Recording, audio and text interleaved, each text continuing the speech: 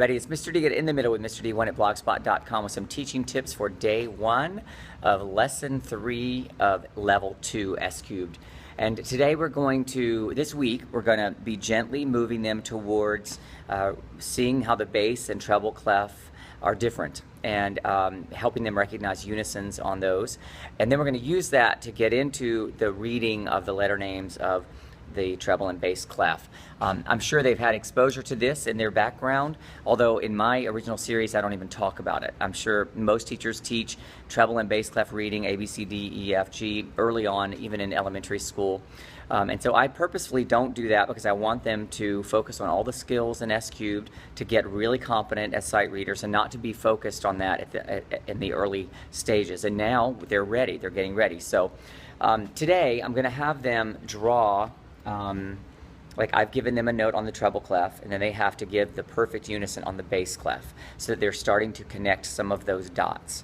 Then after that, we're going to do a rhythm exercise, and the rhythm exercise includes syncopa rhythms because I'm going to use the 8th note rhythms to help them get so specific when they're identifying rhythmic unisons that they go right down to the 8th note.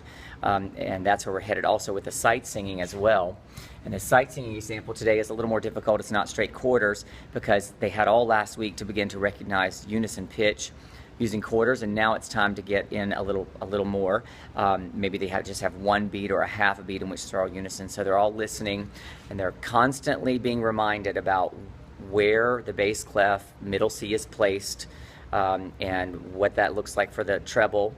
Constantly pulling back into that sort of recognition, the visual recognition, the oral recognition when they sing those, and then it'll be easier when we start to ask more of them when they're reading the treble and bass clef, using letters and combining their knowledge that they already have of solfege, so that it all comes together for them. And when we dig into chromatics later, much later in the program, it's going to be much simpler for them to understand it in the beginning choral setting, so that all the beginners leave with the highest level of understanding possible, so that when they go to high school, they're asking questions, and that's what we want. All right, I hope that helps. Have a great day.